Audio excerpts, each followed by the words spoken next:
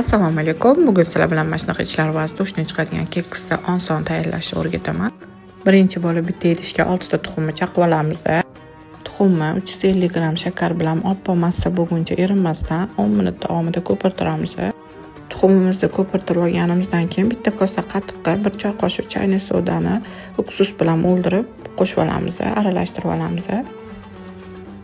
Aralashmamizga xona haroratida erib turgan margarin qo'shamiz. Ko'pchilik yog' qo'shadi, men margarin qo'shaman.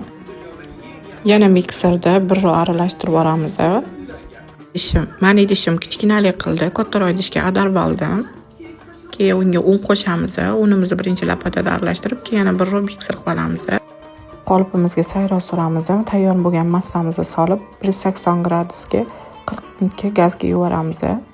Shu yerda sizlarga bitta layfhak aytaman. 2 qoshiq yog'ni qo'yib lapatada ichiga tiqib olsanglar, pishayotganda ishib chiqadi. Mana shunaqa tayyor shokolad sotadi korzinkada. Olib uni 30 sekundga mikrovolovkaga qo'yib ustiga qo'yib olamiz. Bu xohishga ko'ra qilsanglar ham, qilmasanglar ham bo'ladi.